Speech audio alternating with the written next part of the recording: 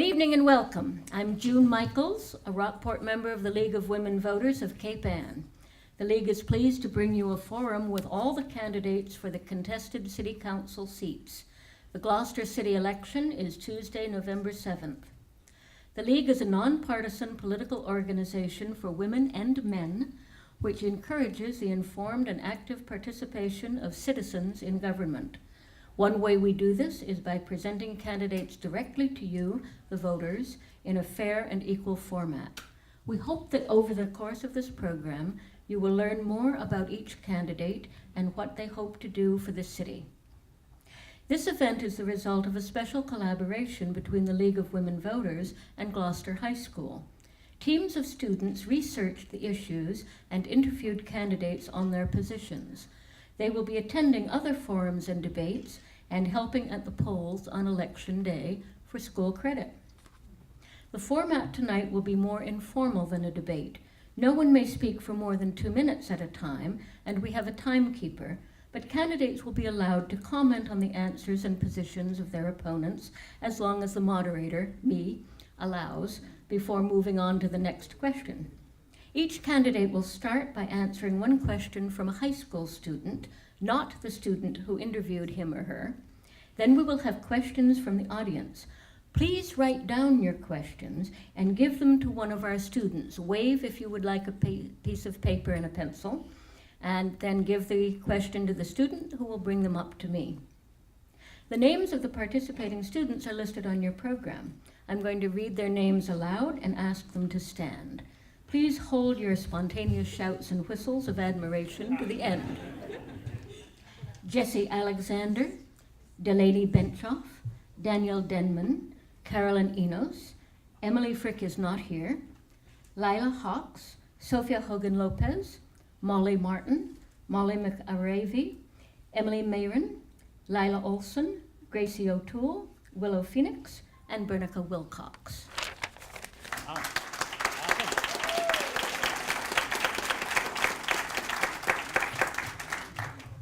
We're going to start with the two candidates in the contested race for Ward 2 Councillor to fill the seat vacated by Melissa Cox, Joe Giacalone and Ken Hecht.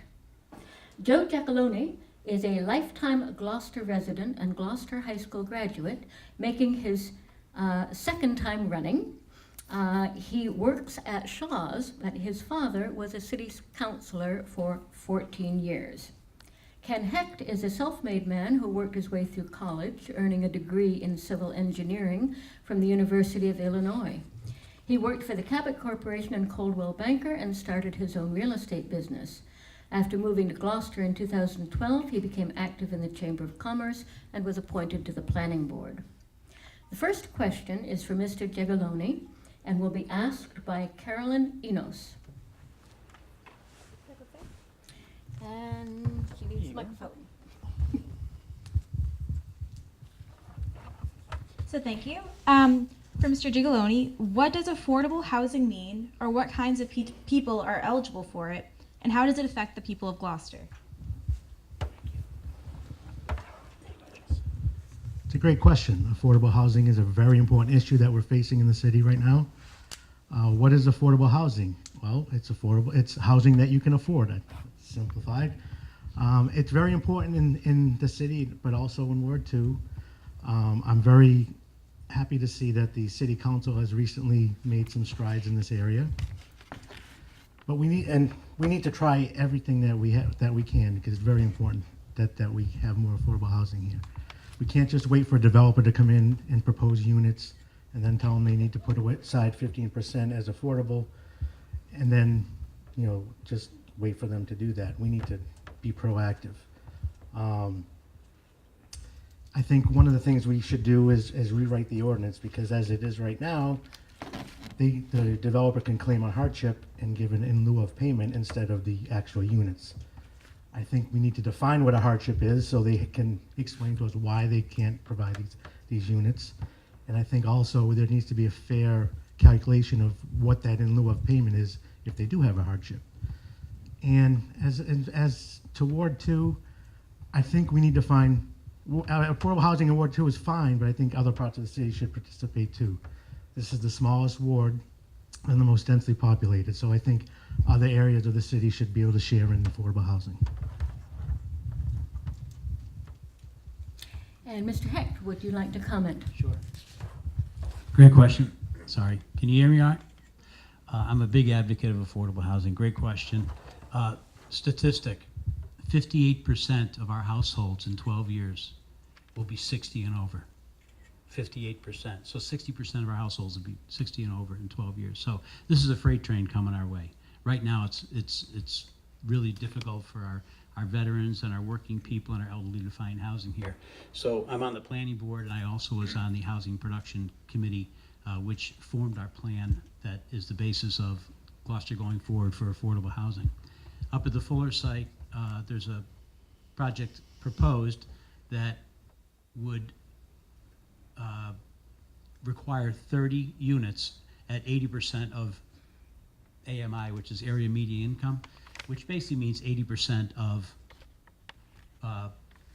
market rents, but the market rents are defined in Cambridge and Boston, okay? So we're thrown in with Cambridge and Boston, therefore the numbers are very high.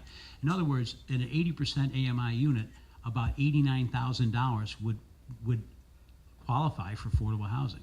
So I don't believe that that's where our problem is. I believe that our problem is in the 30 to 60% of AMI. In other words, people that need to have a 30% of market rent to 60% of market rent. That's where our true needs are for Gloucester. That's what Cameron's is largely, and I think that that's what we really need to focus upon. And it's a possibility that the 30 units at the Fuller site may not get built, and there could be a payment in lieu, as Joe said, and we might achieve more in the area of 53 units at the existing Y site. The affordable units at the Fuller site would be 80% units, and the ones that might be proposed at the Y would be 30 to 60. So these are really going to be affordable units for our veterans and our elderly. Thank you. The next question is for Mr. Hecht, and it is going to be asked by Emily Frick, who is not here, but her team. Carolyn Enos is going to ask for her. Oh, yeah. So what plans do you have to continue to improve Burnham's Field, and how will you address vandalism and drug use there?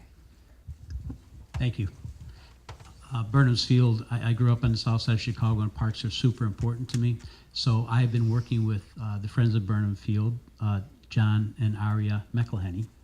Anybody know those folks? They're Friends of Burnham. They've done an amazing job with other people in the city of getting grants for Burnham's Field. So Burnham's Field has really, really come up. In my meetings with them and others over in Burnham's Field, I said, well, what else do you guys need? And they're like, well, I don't know. I said, well, what about security? You still have some drug deals going on, and there's people doing crazy stuff. And they're like, that would be fantastic. So I met with the provider of security cameras for the city of Gloucester, and we got a meeting between them on site with the engineers and with the police department and with the Friends of Burnham Field, and now we've gotten a proposal for $35,000 for 4 security cameras, 2 of which would zoom in and rotate, so that we can hopefully limit the number of drug deals that go on and the violence that can happen at times, and make it safer for our children and for our teams and for our elderly. So right now, if you have any ideas on, we're looking for grants. Aria McElhenney happens to be a grant writer. How would you like to have a grant writer on your team? So we do. That's despite the football stuff. So we're really involved in that right now, and we're pretty excited about it. The other thing is Burnham Field, I want to have more access to the bathrooms. I'd like to have the brown of the bathrooms painted so that we can have murals on that bathroom. Also, the back wall, the big wall by the generous gardeners, not generous growers. I want to have the great big back wall also mural. So I want to have more murals. I want to have more security, and I think Burnham can even be better than it is today. Thank you. And Mr. Ciccolone? I have some ideas, Ken. Everything you said, I agree with totally. Security cameras would be a great addition. I think lighting is another way we can help make it more secure there. A neighborhood watch. I know it sounds corny, but see something, say something, works.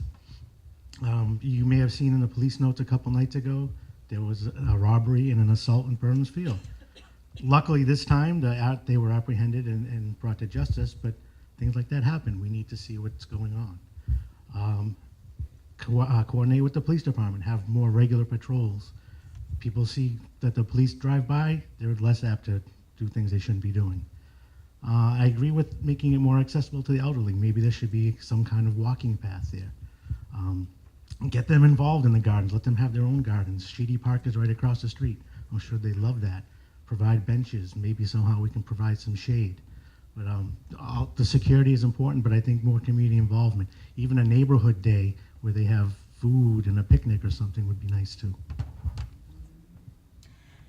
All right, since I don't have another question in front of me, I'm going to ask a standard one that the League likes to ask. How is Ward 2 unique?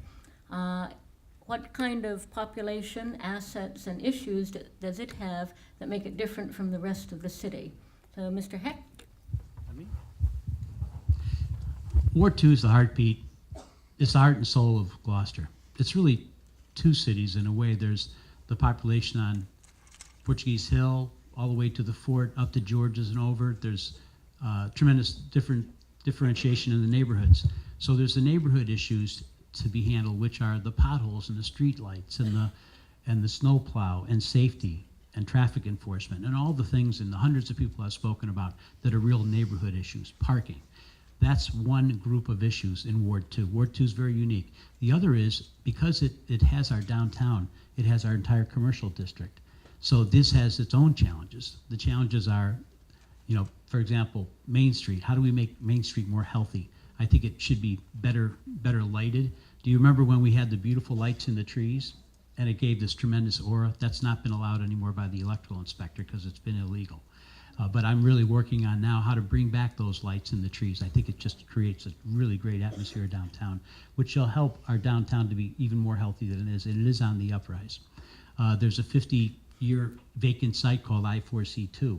That needs to be addressed, and I believe that should have, I can go into it. If you want to talk to me a little bit later about what my specific plans are for that, I'd be happy to talk to you. It's just too long of an answer for this. But that should be community uses, and I believe that it can be developed on a public-private partnership basis. Using my commercial real estate background, these are the kinds of things that I'm quite good at in terms of financing, developing, conceptualizing, having vision for a project. I think that Tally's Corner needs to be fixed so it's more safe for our pedestrians and vehicles alike. That would be a top priority. And I would say I would also love it, although it's across the street from Ward 2, I really want to get the American Legion Hall painted. That is the entrance to our city. As you come into down Washington Street to the Joan of Arc statue, it needs a beautiful paint job. Thank you. Ken, I'm glad you brought up the lights in the trees. I'm also the chairman of the Downtown Development Commission, and right now I've been working with an electrical engineer to provide some other kind of lighting. We can't light the trees because it's against the electrical code, but we're coming up with some ideas to put on the light poles so we can have festive lighting for the holidays, block parties, and any other, rest of the year. Glad you brought up Tally's Corner. I think it's very confusing. I just had to stand out there on Sunday morning. You wouldn't believe the amount of cars that almost get into an accident. There was a proposal for a roundabout there, which didn't fall through. I think one thing we might be able to do there is paint lanes so people know which way to go up Washington Street, to go from Roger Street down the Fort. It's very confusing, and signage would help as well. You hit the nail right on the head. This is downtown. Ward 2 is the center of Gloucester. Many issues, from Portuguese Hill, where they have traffic concerns, and to the Fort with parking, and more parking. That's always an issue. Every place in Ward 2, affordable housing, and people are going to be concerned about. It's just same issues that the city has, Ward 2 has as well. Do we have any questions from the audience on Ward 2? All right, I'll ask another lead question. What is the single most important city budget item which affects Ward 2? Mr. Gigoloni? City budget item. Well, I'd like to see the DDC get their budget back. Well, of course, the schools really have to deal with a lot of mandated things that they have to pay for before they can even talk about classrooms and things they want to do in the classroom. So the school budget, of course, they're limited to what we can afford, but I would say the school budget is something we really should look towards. And we need to support our schools. The schools, I think one thing we can do for the school system is to emphasize the trades. Not every student wants to go to college. Not every student has the aptitude to go to college. And that's okay. We should let people know that's okay. There are great paying jobs in carpentry, electrical, and automotive and carpentry. So that's one thing we can support our schools. The total budget for the city of Gloucester is $122 million. That includes waterways, it includes sewer, it includes water departments. So it's $10 million a month that we spend. Of that budget, $43 million goes to the schools. And I agree with Joe. I think that our future is in the schools. What I'm working on doing is, in terms of the STEM program, are people familiar with the STEM program? Science, technology, engineering, math. I happen to have an engineering background. And I've been working on getting a mentor program going for our young women in the middle school and our high school, so that we bring in technology-oriented women from the real world to mentor and to excite our young women about science and math. And Emily, as you know, wants to be an astrophysicist. She's not here tonight, but she's the young lady I've been assigned to. It's amazing. So it's these kinds of programs that I think are great. The Gloucester Education Foundation, Maggie Rose is in the audience tonight. It's been fabulous for our schools. The other thing that I hear when I'm out there, and so I really, really want to support the schools, is the infrastructure, the roads, the streets, the sidewalks, and particularly talking to the elderly. They're like, oh my God, it's a war zone trying to walk through and get to Shaw's. Unfortunately, of our $122 million budget, around $10 million is for the DPW, and only about $750,000 of that comes from the state for doing our roads. So roads above $750,000 that we get from the state have to be funded by us. So there's a long line, but I will say in Ward 2, there's been recently some really good road work done and some sidewalk work. I was talking to some people today, and they were thrilled about some of the new paving that's going on. So what I would do is I would really work with the city to identify the top priority infrastructure projects in Ward 2 in terms of sidewalks and roads, and get those in tip-top shape as soon as we can. Thank you. You may. I'm glad you brought up infrastructure, because I think one of the biggest infrastructure issues we should have in Ward 2 is modernizing our piers and our wharfs. If you remember this summer, there was a collapse. Luckily, nobody was hurt, but we really need to make sure that's safe, but also modernizing them. And with climate change and sea levels going to rise, they need to be as strong and as sturdy as they can. And that attracts business. We need business to be attracted to come down to the waterfront. We need good paying jobs down the waterfront. And I think that's where our money could go to a better use. Well, not a better use than schools, but also a great use. While we're still on infrastructure, I believe this refers to the Camerons project. Adding 200 units of housing and more retail space will have a big impact on Ward 2. How do you envision addressing the impact? I imagine that means parking and traffic and other things. We'll start with Mr. Hecht.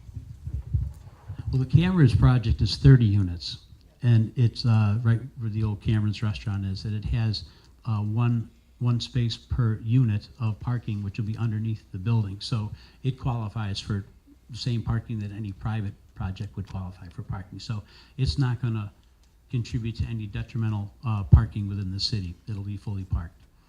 At the Fuller School, if that is the 200 unit project, that project will have a parking ratio, I believe, about 1.5 per unit. So that will not only have for the primary occupant, but also visitors and secondary family members. So that's going to also be well parked. So from an affordable housing perspective, I think that the planning and the boards have done a very good job to make sure that the affordable housing is going to be properly parked. I think they've done a nice. It's clear what should be done, and the developers are doing it. Well, in terms of the Cameron's project, I'm dismayed that it hasn't gone through as promised. I know they were hoping to get state money, which they didn't get, and we'll have to reapply for. But if we're talking about the Fuller School project, I think there's a lot of things that still haven't been addressed, such as how it's going to affect the sewer, how it's going to affect the electrical grid, Parking probably isn't going to be much of an issue because they'll have on-site parking, but the neighbors are concerned there's going to be more people in their neighborhoods. Again, is it going to affect my sewer? Are my property values going to go down? These are a lot of things that haven't been addressed yet and still need to be. All right, I'm going to do one more question for Ward 2, and it's a good one. What would you do to support and expand public access to the water? Mr. Gigoloni? Well, we have IC42, which is just dying to be developed into something that we can use it right on the water. For whatever reason, we haven't found the right fit there, but I think we still need to try. Fishing industry isn't dead. If you go down the waterfront any day during the week, watch the boats coming in. There's the fishing boats, the lobster boats, they're still bringing in catch. So we need to support the fishing industry and the other marine industrial businesses wholeheartedly. And we need to protect against anything that interferes with that. Well, in terms of the waterfront development, I think that we literally had at 80 Commercial a building fall into the water. So there's a lot of work to be done on our waterfront. Specifically, the city is in most control of I-4C2, which is a 1.78 acre site on the water next to the left of the Gloucester House. It's a gravel parking lot now for people who are not aware of it. So on that project, I personally feel that it can accommodate about 40,000 feet of development, but the cost of that would be $16 to $20 million to develop that. I don't think there's anyone who can pay the rent to afford that. My proposal, and what I am going to make to a proposal to the city, if elected, is to create a public space where we create a large wharf area. You know, the wharf timbers that are out by the boats as you walk along the harbor, those huge wharf timbers, we'd create a platform about 3/4 of the way out, going toward the fishing boats at the far end of I-4C2, and that platform would have parking underneath. So the parking that exists today would be paved parking. And on that platform could be the harbor master's offices, it could be showers and facilities for visiting boaters, for commercial boats. It could be one of the things that many municipalities are doing that's very exciting are outdoor skating rinks for recreation. Also, there's a concept called an umbrella bar, which is really a large tent with glass panels around it that are all season facilities that can be made for drinking hot chocolate while your kids are skating. These are all lower cost items that can make I-4C2, as opposed to a $16 or $20 million project, we could do a $2.5, maybe $3 million project and have great space that we could have vendors in the summer, we could have ice skating, we could have some real life and also a fish market and get the 10 funniest fishermen in Gloucester to get there and operate that fish market. I think it'd be fantastic. Thank you. All right. Before we close with Ward 2, I want you to take out your pencils, gentlemen, because there is one of your constituents who says we need a signal on the corner of Pleasant Street and the cross street where Mike Subs is. That's on Maplewood Avenue. And we need speed bumps on Friend Street. So be forewarned. I want to thank our two Ward 2 candidates, Mr. Giagoloni and Mr. Hecht, for participating in the forum. We're going to take a brief pause while the candidates for Councilor-At-Large come up to the chairs. Thank you. There are 7 candidates for 4 at-large seats on the City Council. Unfortunately, Melissa Cox was unable to participate tonight. She is currently the councillor for Ward 2, having served 2 terms. She is a payroll and benefits specialist working in Gloucester, Rockport, and now Ipswich. The first candidate we're going to hear from is Jamie O'Hara. He is an incumbent, a Gloucester native, and member of the Magnolia Library Board, who runs a construction business. Elected to the City Council in 2015, he started the Councillor's Corner show on Cape Ann TV. His question is coming from Bernica Wilcox and Willow Phoenix.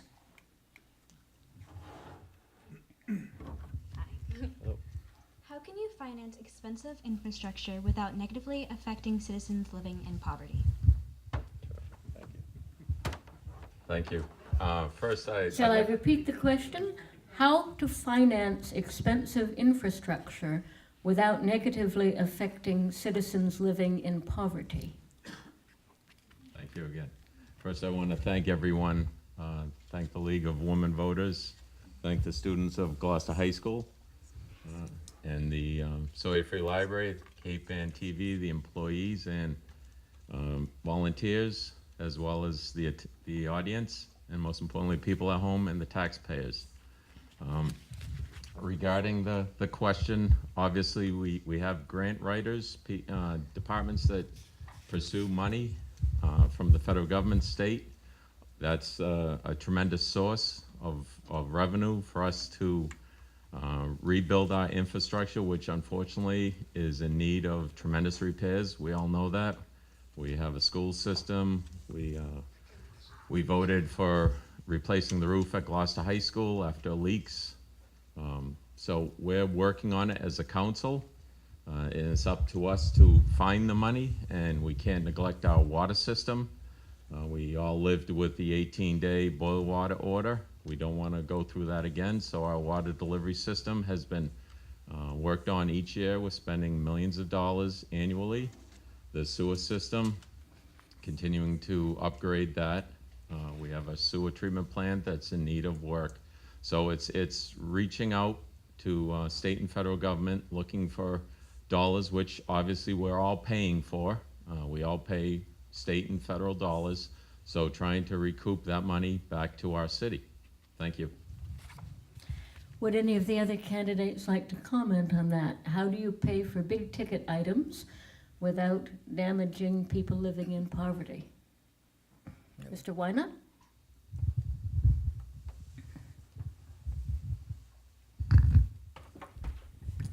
Just one point that bringing in new industry and having them help pay for some of the infrastructure is one way to get some money and not hurt the poverty people. We did that with the hotel. I believe we got $600,000 right off the bat as a gift to work on the infrastructure, and I believe we got more after that. So when companies want to come into town, we could ask them to share in some of the costs. Anyone else?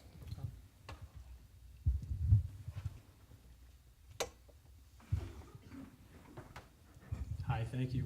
I think as legislators, which is what we are as a city council, one of the things we can do is create, I'm sorry about that. As legislators on the city council, one of the things that we can do, I'm sorry, Jen, is create a fertile field for development, as Mr. Wynot was saying. When those businesses come in and they dump all sorts of extra money on the tax rolls from those same pieces of property that may be underdeveloped, we get a lot. But most importantly, what you want is a city councilor who's going to be willing to make difficult decisions, to prioritize one thing over another. And what we have to do is we can't always just go to the taxpayers. We can't always say we need more money from you. We can't always raise fees or taxes. What we have to do is sometimes make difficult decisions, spend money on one thing and not another. And that's something you need someone who's going to think critically about and to represent your interests. So I would say that I echo Councilor O'Hara and former Councilor Wynot's positions there as well, but you also have to have a councilor who's willing to make a tough decision, because sometimes you have to build a school over something else that you might want to put in your budget because there's only so much money to go around and it's already very expensive to live here. So we'd like to continue to drive that cost of living down. Thank you. Our next candidate is Bob Wynot.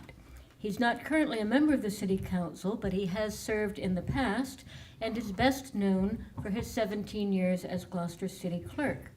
His question was prepared by Catherine Bevins, Gracie O'Toole, and Molly McCavery. It's going to be asked by Catherine Bevins.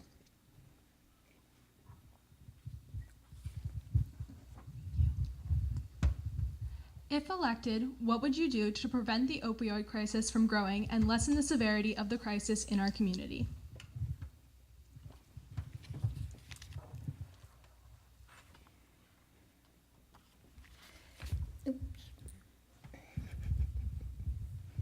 That's an interesting question. I think we've got a good start on that with the Angel program. I think we need to treat drug addicts not as criminals, but as patients and that need help, and try to get them education, get them into the programs that'll help them get off the opioids. I think we should also try to stop the drugs from coming into Gloucester. And I think the police department over the last couple of years made great inroads in keeping a lot of the drugs off them. They've had some big stings where we bought millions of dollars worth of drugs that didn't make it in here. But I think education is number one, and treatment is number two, and then the rest of it is law enforcement.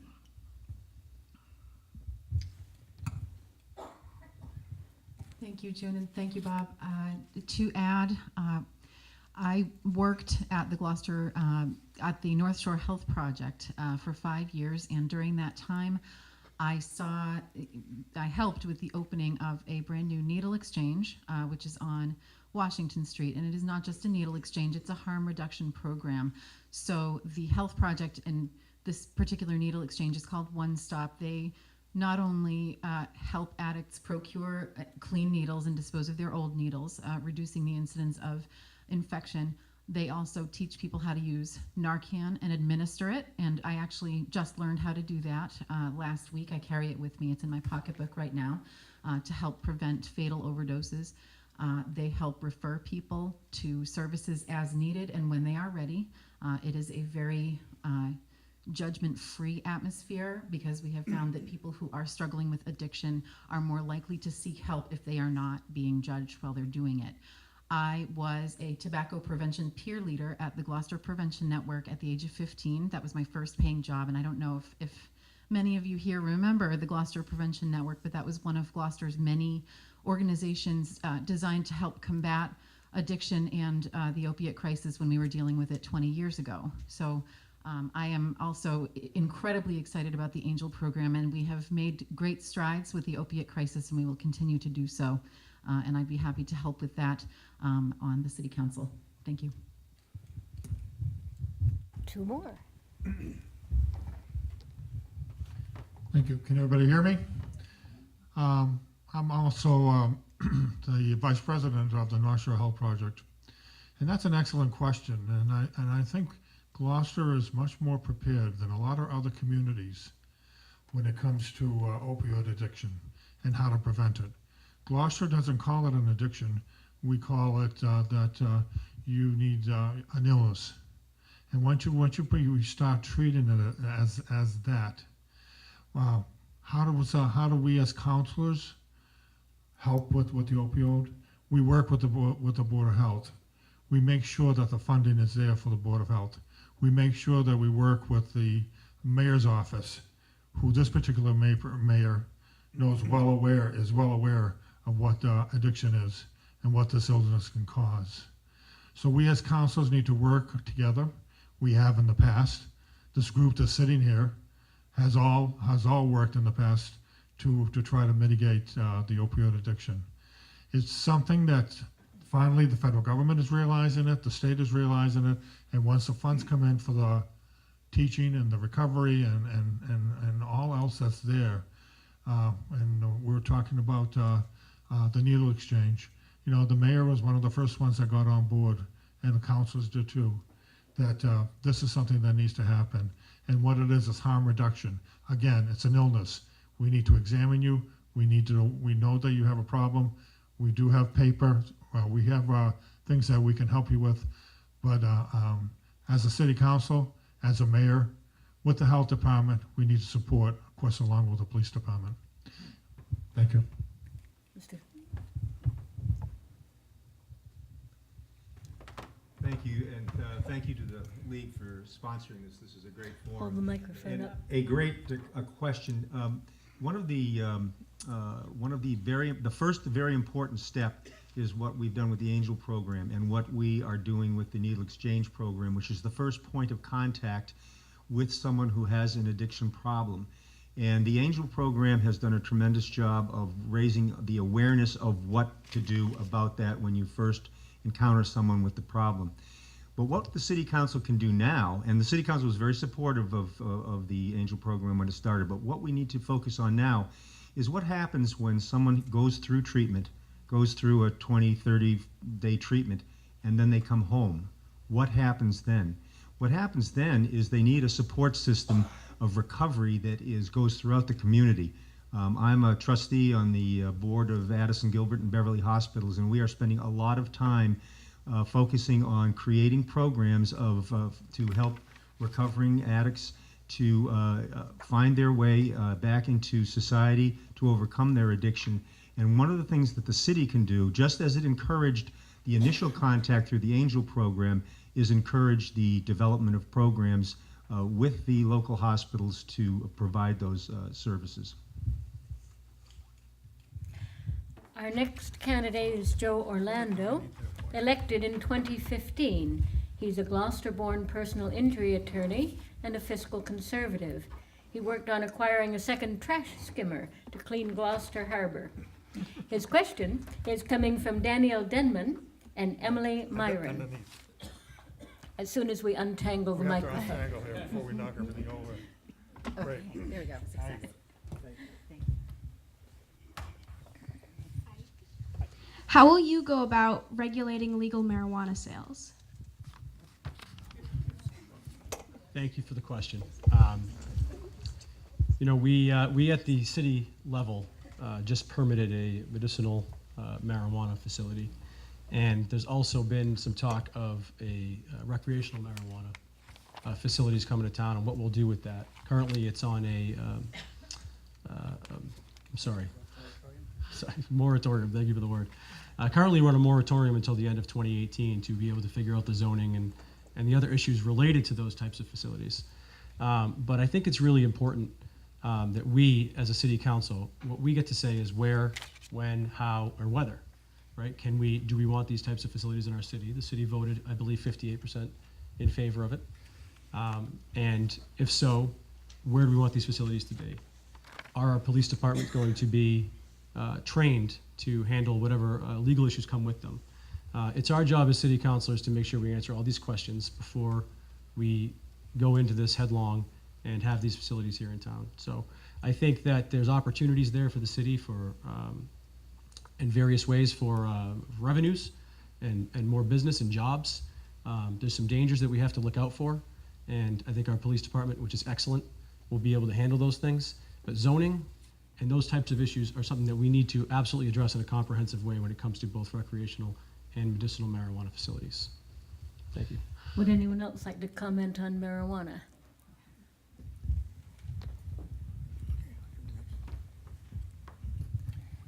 I didn't vote for recreational marijuana, but of course, it is the law.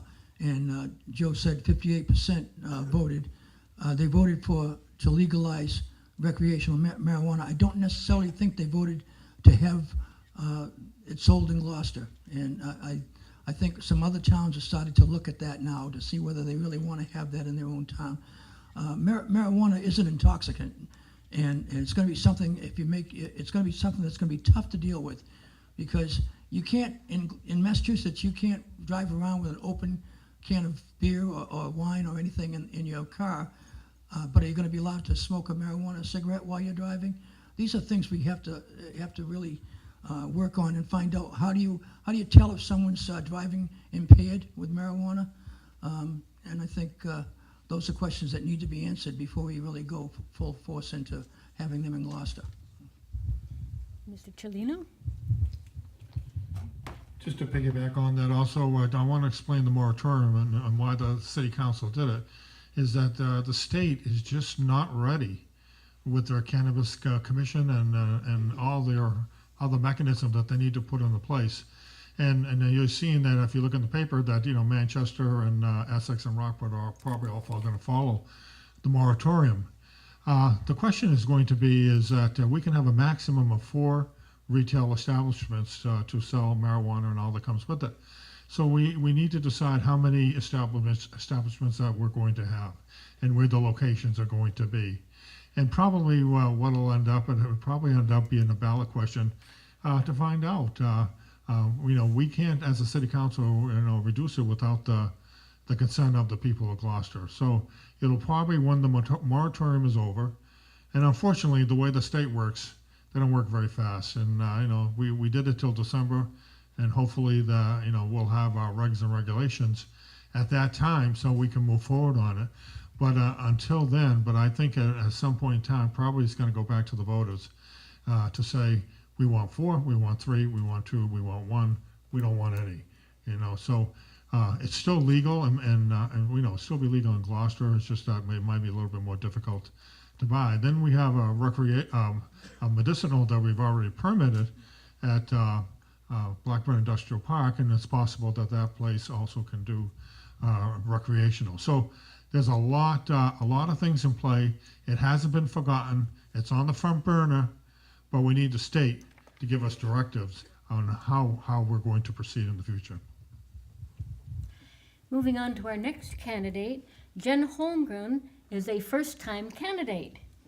She is a home health visiting nurse. She's worked in Lawrence and is endorsed by the Bass Nurses Association. Her question is coming from Delaney Benchoff and Jesse Alexander.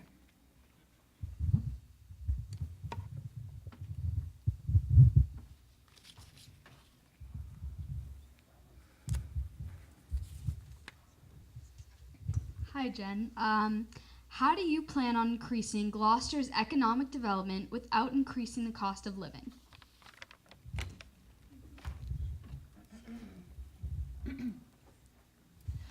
Thank you, Jesse. That's a great question. I recently took a tour of the Gloucester Marine Genomics Institute up at Blackburn Circle, and I was incredibly impressed. It is a research facility that also has a biotech lab where kids from Gloucester High School who aren't quite ready to go to college yet can study lab techniques and then go on to work in amazing places. I guess I've heard Dana-Farber, for example, and be prepared for the real world with jobs that really pay. I would love to expand our city's ability to foster careers like that. I'd like to open up our science and technology potential. I would like to foster the businesses that we have here right now. The medicinal marijuana facility that's opening up on Blackburn, I guess, has promised anywhere between 95 to 97 jobs, which is a really good thing for the city. It would be nice if we could increase our business base to help decrease the burden on taxpayers. And if I'm elected to city council, I'd like to take a look at that. So.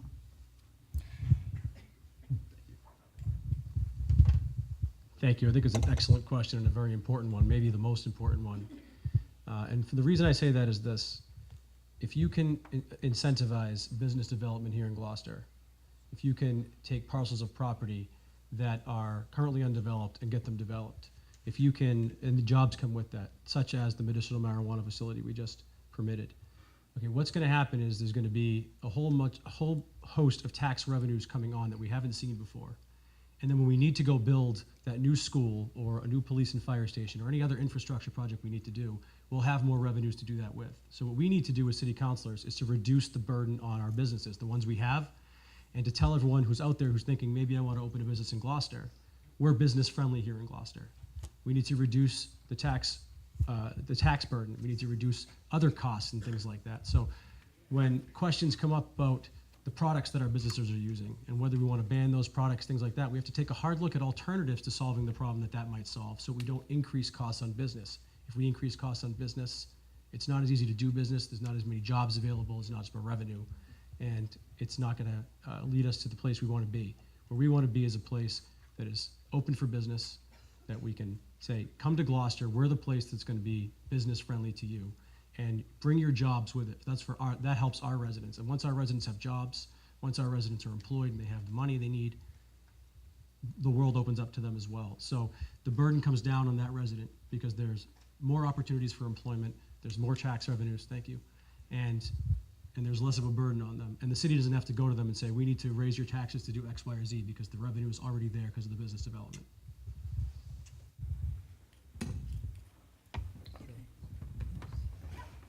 Way back in the olden days, 1976, 1977, Gloucester was in a battle with Beverly to bring Varian into our town. They already had one chapter of Varian up there in Beverly, And we wound up giving them the property up on the industrial park and even developing the land for them.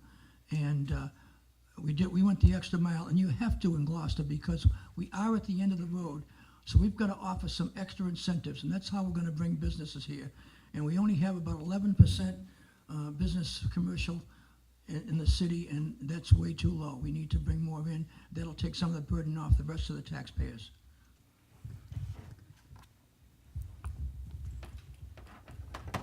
That question is a very good question, and things that have happened in the past couple of years, I want to relate to you how Gloucester has been improved by projects, especially where there's jobs, especially for there's jobs for young people like yourselves, and how to improve your lifestyle. One is when I was on the council when we approved Gloucester Crossing and Demoulas. And there was an element in this town that just refused to have Demoulas come into town, even though they have such a wonderful record for employers. And a lot of the jobs, they're non-union, so some of the union people say, well, they're Twinkie jobs, they're not good jobs. But you know what? When you're out of work, a good job, any job is good. And that provided all kinds of jobs for young people, part-time people, mothers who have children at work. That improves the cash outflow that every family has, and that opportunity to do that. And Demoulas has done that. They employ like 270 people, and you see how all their employees love them because when they went on strike. Second thing I just wanted to quickly talk about is Beauport. We had a fight about that people didn't want that coming. But that helps a lot of people with jobs, whether it be in the restaurant or the hospitality or whatever. And also, it's a cash cow when it comes to the city of Gloucester. This is something that we need more of in Gloucester, because to lower our real estate taxes, that's what we need. Beauport pays real estate taxes, excise taxes, the water, sewer, meals tax, room tax. And plus they get no services for the city of Gloucester. It's a cash cow. And plus it's an economic boom to the city. This is what we need. You need to elect people that are forward thinking, and just, the naysayers certainly have their opinion, but you need to look at the future of Gloucester. And that future of Gloucester is all yours, because you're the young people in the room. And hopefully you'll get the opportunity at one time to vote and for the people that you want in place. Thank you. Mr. Lundberg, did you want to speak? I did. Bringing jobs to Gloucester is not just a question of wanting them to come here. It's a kind of a twofold process. Well, number one, we have a community development department as part of city government, which does a tremendous job of identifying and recruiting businesses to come to Gloucester and seeing what opportunities. The thing that the businesses are really concerned about is not so much the burdensome, the tax burden, because we're not that way out of line from other towns. They are concerned about the quality of education in Gloucester for two reasons. Number one, if they're going to bring their employees here, they want to make sure that there's a school system here that's good for their employees. But the most important part is that they want to know that they're going to have a workforce who is trained and who is qualified to work in their businesses.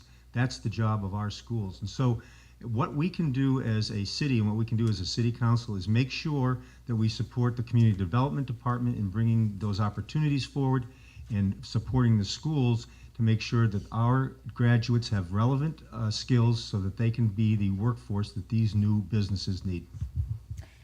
You may hang on to the microphone because Paul Lundberg, an incumbent, is the next candidate. He's a Gloucester native and a graduate of Gloucester High School who works as a general manager at the MBTA. His question is coming from Sophia Hogan-Lopez, Lila Olson, and Lila Hawks.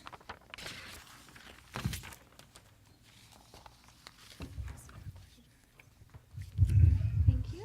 For Mr. Lundberg, what activities have you participated in outside of the City Council to better our community? Well, thank you. Well, first of all, my MBTA career was 1 year. I've been in the railroad business for a long, long time, and I was general manager of commuter rail in Boston for a year, so that's where that MBTA thing came from. And my transportation background kind of is helpful in that regard to the city. But two of the things that I do for both for the city and for the community at large, is I'm on the Board of Trustees of Addison, Gilbert, and Beverly Hospital, which is called Northeast Hospital Corporation, and Wellspring House, which is a not-for-profit here in Gloucester, which I'm sure many of you know.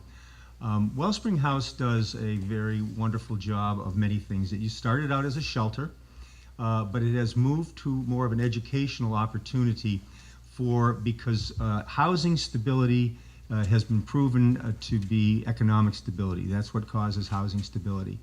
And was mentioned, Jen mentioned earlier, the Genomic Institute, which is training people to be able to be lab technicians once they get out of high school, which are skills that are learnable, and they can gain jobs that are, the $15 an hour plus starting jobs, which are crucial for starting life and families in our city. Similarly, in Wellspring, we have a program called MetaClerk. We partner with North Shore Medical Center, formerly Salem Hospital, to train people to be medical clerks. And medical clerks are the ones who do all the coding and the insurance coding and all of the stuff that goes along with good health care. And those are the kind of things that I've been involved in, providing for opportunities for people to learn trades, to get better jobs, and to become better citizens. And better citizens make for better government. Mr. Cellino, what do you do in your spare time when you're not a city councilor? Well, in my spare time, I volunteer, like I told you earlier, with the North Shore Health Project. I'm the vice president, and I'm now, the longest-serving director. We've had a lot of changes, and I'm very happy with the way that the North Shore Health Project has transitioned through the years. And my services on the board is I handle the financials, and to keep the place paying its bills and moving forward, and picking up our grants and all that needs to happen. One of the things that when I first joined the board, it was kind of like a secret organization where there wasn't even a name on the building. So through the years now, with the North Shore Health Project, we like to say it's out of the closet. We have a nice sign out, and we're helping people, and we're moving on from AIDS to HIV and to the opioid crisis that we have. I'm also a founding member and the director of the Gloucester Downtown Association, and what that is an association of all the retailers downtown and restaurants to try to work and promote business downtown. I'm also a co-operator of this wonderful library here, and I'm also a proud member of the Gloucester Rotary Club. I was a past president, and work with the Rotary Club, and as you know, we donated almost $100,000 to the community last year. So that's what I do to pass the time. Also, I've been city council president. I've had the honor of training 5 councilors, and I'm very proud of them all. I think in 2 years they've come up, they've done very, very well. So that's Joe Cellino. I'm going to let Jen and Jamie O'Hara answer that question on what they do in their spare time, since they have fallen behind in a number of comments. So I am sort of a serial volunteer. I certainly do work. I am a visiting nurse. I am on Gloucester's newly created Animal Advisory Committee. We've met several times now. We've decided to tackle the issue of coyotes as well as the dog ordinance, which has been hotly contested over the years.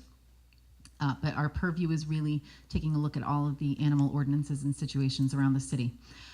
I am the mother of a 7-year-old. My husband, Terry, and I are the proud parents of Lizzie, who is a 2nd grader at the West Parish Elementary School. So we are quite occupied with her activities. I founded a Little Free Library, which is not to take away from the Sawyer Free Library at all, but it's a small book exchange on the Stubby Knolls Landing at Little River, and I am the steward of that particular book exchange, and it's fostered a sense of community. It's developed its own little microbiome. People from different parts of our neighborhood come and do book exchanges there. Also on the landing, I am the steward of Gloucester's very first cigarette butler. And for those of you who are not familiar, our Clean City Commission won a grant to install cigarette butlers all over the city to help combat litter from cigarette butts. So I empty the butler. You can see a video of me doing it on Facebook. It's pretty gross, thank you. And I take the butts to the DPW, where they are then recycled into I'm not sure what by this company called TerraCycle. So I'm excited. They're no longer part of the waste stream, and since the city just spent $500,000 to restore the Little River fish ladder, it's nice to know that some cigarette butts are not landing in it anymore. I am also a corporator of the Sawyer Free Library. Like Joe, I'm on the Pride Stride Committee. When I was a teenager, I was a member of the Y Teen Leaders, and thank you very much. Thank you, Jen. We've had wonderful questions tonight from the Gloucester High School students. I just want to touch on something briefly before I get into my pastime, if you will. I've worked with our existing counselors very well. I can work with most anyone. Our mayor, although there's been times when we've disagreed on issues, we've disagreed professionally, and we've moved on when we've had something that we agree on. I'm a fan. As some of us, we voted to lower our business taxes to hopefully bring business into Gloucester. And I think real business. Unfortunately, I think retail we have enough of, as we have empty spaces at Gloucester Crossing. We have empty spaces on Main Street. So we need to bring in real business. Some of my council colleagues voted with me. We challenged the mayor, and we worked professionally with the mayor to get a number that was agreeable.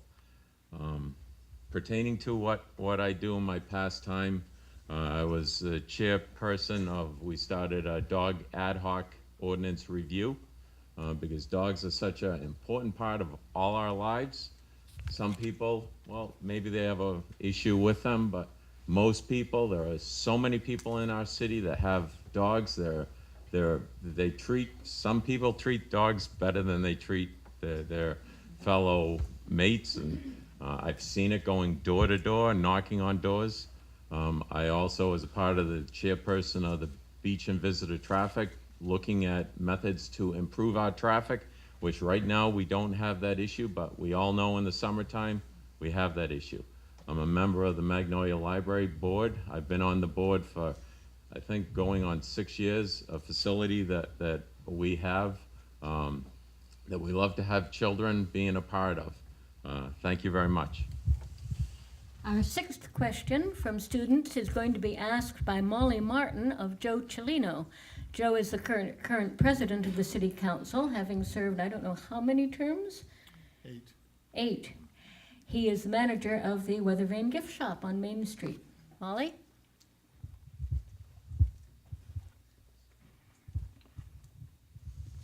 How would the plastic bag ban benefit Gloucester as a whole?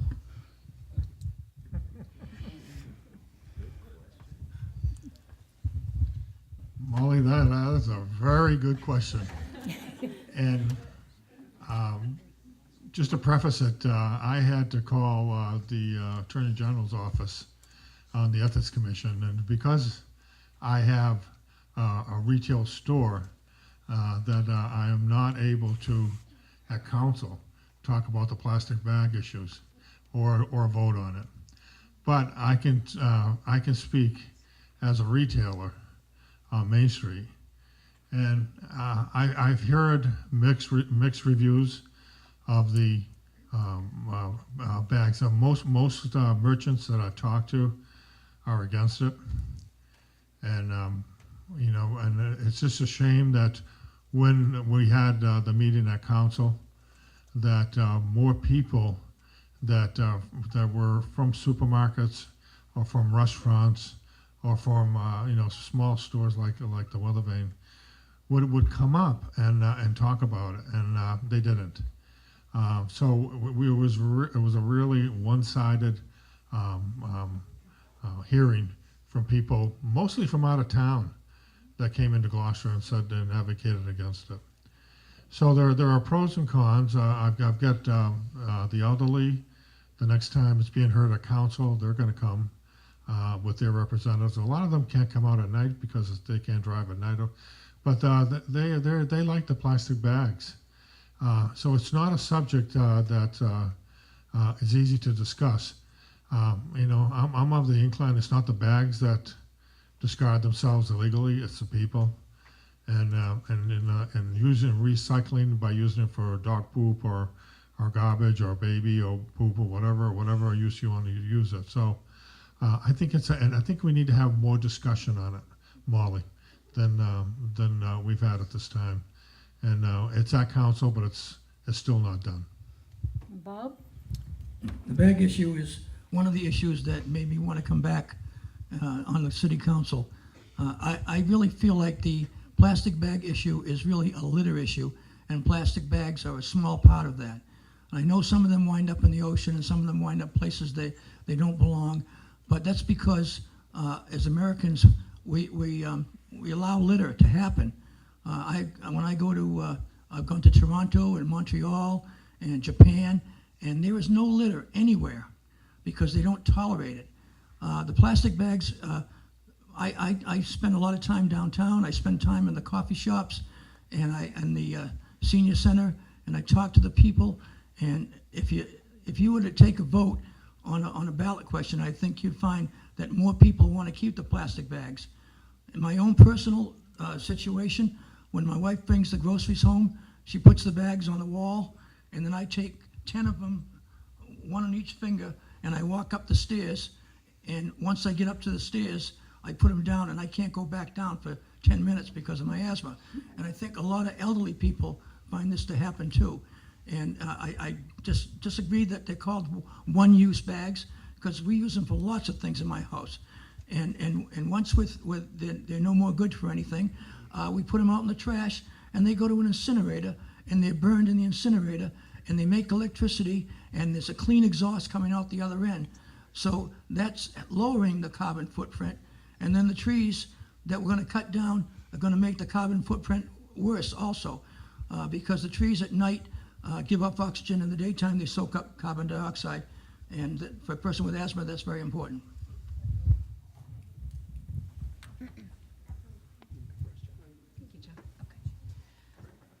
So I'm going to be the first one to admit that we really rely on plastic bags in my house.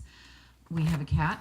We use plastic bags for her refuse, and it is going to take some work to break our habit using them. But personally, I have decided to stop using plastic bags. I am a nurse, and I do wound care in homes all the time. And wound care requires plastic, both for materials used in dressings and also to dispose of discarded dressings. This is a very, very difficult problem that we are facing. I have participated in cleanups around the city where I have found plastic bags. It's part of our littering problem here, which is pretty severe. It's disappointing to find all kinds of refuse, detritus drifting around the city. I'd like very much for us to, as a community, get behind something like this, but I know that it's difficult. So the City Council Ordinance and Administration Subcommittee meeting did vote to forward the proposed bag ban ordinance to City Council. There will be a public hearing on it on November 14th. I will certainly be in attendance, and I would encourage anybody who can to come and speak about it because your representatives need to hear from you. So thank you very much. We have time for about 3 questions from the audience. Oops, we have one more comment on plastic bags. All right. Joe. Thank you. I mean, I'd like to look at this from a different perspective for a moment. There's some obviously very meritorious arguments on either side of this discussion. But I'm the City Council liaison to the Tourism Commission. And we rely on tourism. It's one of our economic engines in this community. And a lot of our tourism-related businesses, our shops, our restaurants, and the like, rely on plastic bags or other products like it because the alternatives are more expensive. So what I think instead what we should be doing, because I agree with former Councilor Wynot, is that we have a very significant littering problem. There's no doubt about that. You can see it in the water. You can see it all over the city. And the way I think we should approach this is the way I've proposed, which is I've proposed, and the City Council agreed, 9 in favor, 0 opposed, and it's gone to the administration now for further vetting, is to buy ocean skimmers. 80% of the trash that's in our harbor comes from land. The best way to prevent trash from going into the land is making sure we have the receptacles available, such as the Cigarette Butler program, which I think is an excellent program. It's a tangible way to make sure the butlers, the cigarette butts don't end up on the ground and then don't end up in the water. And similarly, we can catch what's left with ocean skimmers. The Cape Ann Maritime Partnership, which is a collaborative of nonprofits and local businesses and the city's the Clean City Commission. They got a $12,000 ocean skimmer, which they're going to be placing at Maritime Gloucester. Well, I think we should be pouring gasoline on that fire, and I've proposed that the city purchase a second skimmer, and we've made at least a draft ordinance that's going to be going to the administration for further vetting to have the Cape Ann Maritime Partnership in a memorandum of understanding maintaining it, and we just make that one-time expenditure. So now we've doubled the amount of trash we can take out of our harbor. I think those are the tangible ways we can clean it up. With respect to the bag ban, there's the issues related to the elderly being able to purchase their groceries. Some go every day because they can't carry too much home. And there's also the issues related to the cost of the businesses. As the liaison of the Tourism Commission, I have to represent those tourist-related interests, and it does hurt them. Thank you. And very briefly, one of the last things we heard at the last public hearing on this was, I'm a business owner. I will say it's more expensive, but I choose not to use plastic bags. I think we should incentivize that rather than banning something altogether. Thank you. We have time for 3 of the questions that the audience has submitted. I'm going to ask this one of Paul Lundberg. Gloucester is a known leader in the field of clean energy and renewable energy, and Massachusetts is ranked high in the country. What are your thoughts and ideas regarding the future with regard to this known strength and potential for the residents, the economy, and the environment?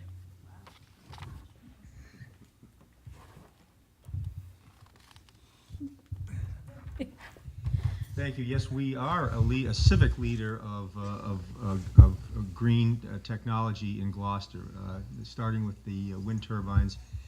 One of the things that we've done as a city is we have a very skilled community development department who's pretty good at finding grants, and we've gotten a bunch of grants. We have 5 electric cars now that the building inspectors use. We have 2 electric cars that the police use for their community outreach programs.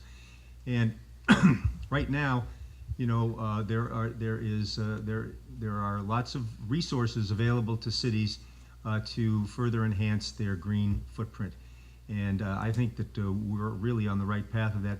The tenor of our community is such that we really want to do that. And I think that the support that we've gotten, the wind turbines are a perfect win-win situation. We are creating energy from a renewable source, and we're also, because of the initial deal on building the turbines, the city is getting a couple $100,000 a year of income from adding electricity to the grid. So there's a lot of opportunity for grants that don't cost us anything, and we have the people who can find them. Go ahead. I agree with all that Paul has said. I just want to add, too, is that probably a lot of people don't realize this in this room, that Gloucester is a federally designated green city. And we've done that. We've been there for a while. And what, besides those turbines giving us the opportunity of getting the energy and selling it and getting a check every month, one of the things that when we apply for a grant, when the people that are doing the grant realize that we have 3 turbines in the city, and we're federally designated as a green city, and they know we're serious about saving energy and about being green, that it opens the doors to so many other grants. And one of them is changing all the streetlights into LEDs, a project that we did. All the school buildings, all the library, all the public buildings have all been assessed and changed to LEDs. We're moving forward with technology when it comes to recharging the electric cars. We have it at City Hall. So this city is so far ahead of other communities when it comes to being green, and especially when it comes to those turbines. And that started it, and we've benefited all the way through it, and we continue to be benefiting through it. When we do the budget, it's interesting to see that the money that comes out of those turbines, it helps probably fund 4 teachers or 4 firemen. That's additional revenue. So we'll continue on this road if I'm lucky enough to be elected once again, and continue on this road and still apply for those grants that we have, and we'll be even more greener than possible. There's also a program called Gloucester Green. I got to give a plug to it, that you can call up community development. They'll come in with an audit to your house and to check you out, and it's all free, and make improvements on your carbon footprint.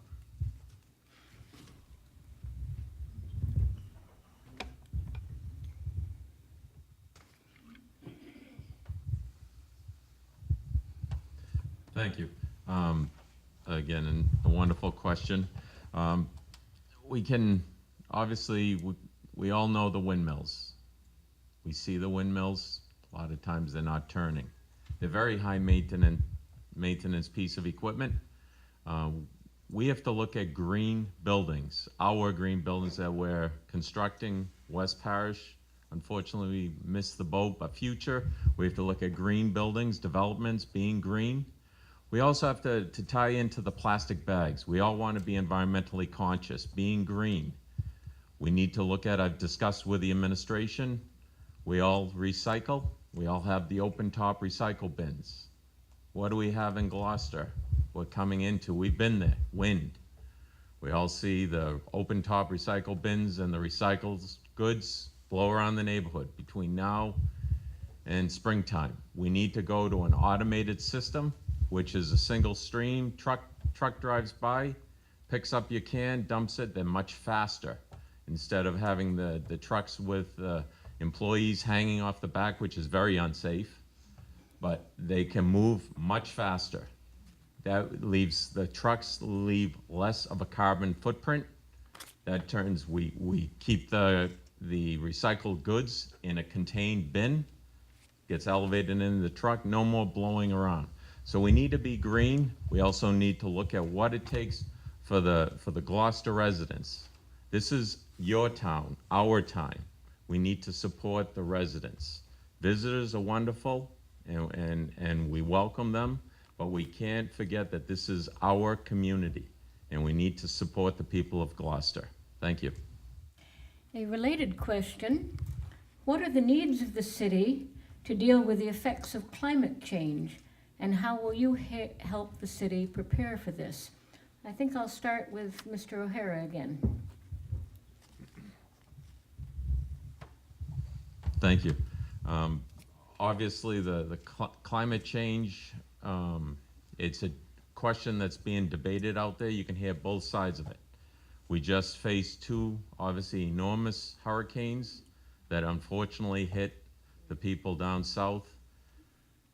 Why we had 2 Cat 5 hurricanes, who knows? Probably none of us. We all have a viewpoint. So we've been faced with this at a local level, dealing with the most recently a gentleman that wanted to construct a home in the Lanesville on Colburn Street. The federal government is asking houses to be elevated if they're in the flood zone. We all look in the harbor now. I notice tides increasing. You look at Blinman Bridge, I think the state's gonna have a problem pretty soon with the elevation in an old structure such as the Blinman Bridge. So we need to look at that in reality as a council. And again, I can work with everyone. I've had a great relationship, and and welcome the new councilors, whether Joe Gigloni or Ken Heck.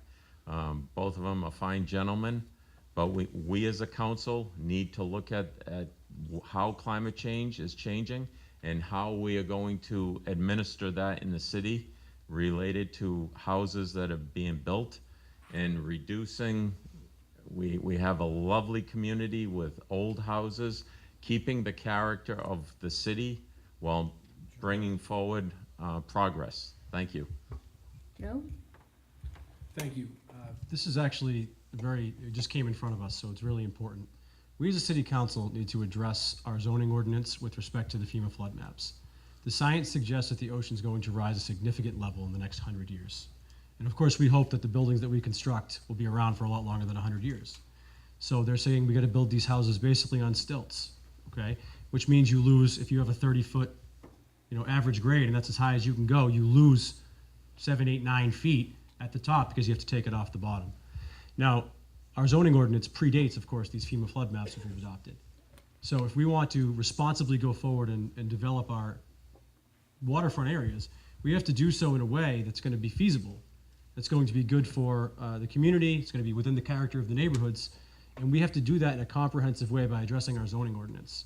Okay, if we're going to accept the science, which we do here, we have to then make the necessary changes to our zoning ordinance to ensure that we don't tell people, listen, you have to stop at 1.5 floors. You can't build a 2-story house. That's not feasible moving forward. And that's an issue that's come in front of us a couple of times. So I would encourage, and I'm glad to do it myself, and Councilor LeBlanc, the Ward 3 councilor, has filed an order on this, and I'm going to be working with him on it, a way to look at the zoning ordinance more comprehensively so we can address the interplay between the FEMA flood maps and the rising ocean tides and the buildings that we intend to put on the waterfront, because let's face it, we're an island. Almost everything's on the waterfront. So I think we have to be responsible. We have to keep with the character of our neighborhood, as Councilor O'Hara said, but we also have to be looking forward and saying to ourselves, can we feasibly tell people for the rest of time that we can't build more than a certain height? I don't think the answer to that is yes. So really the most important way to do it is by consensus, by bringing all the people that have a say in those types of things in the zoning ordinance together, talking through it with the neighbors, having neighborhood meetings, working with the administration that's very forward thinking, and trying to get this resolved so that our zoning ordinance reflects what we're going to need for our community well into the future and not looking backwards in the past. Thank you. And Jen? I've been fortunate to be able to attend many, many, many city meetings over the past 2 years, and I learned that the DPW is upgrading its water pumping stations to be ready for any storm surges that happen. I'm very excited about that because that could be an expensive problem to fix if we don't take care of the problem and prepare for it before it happens.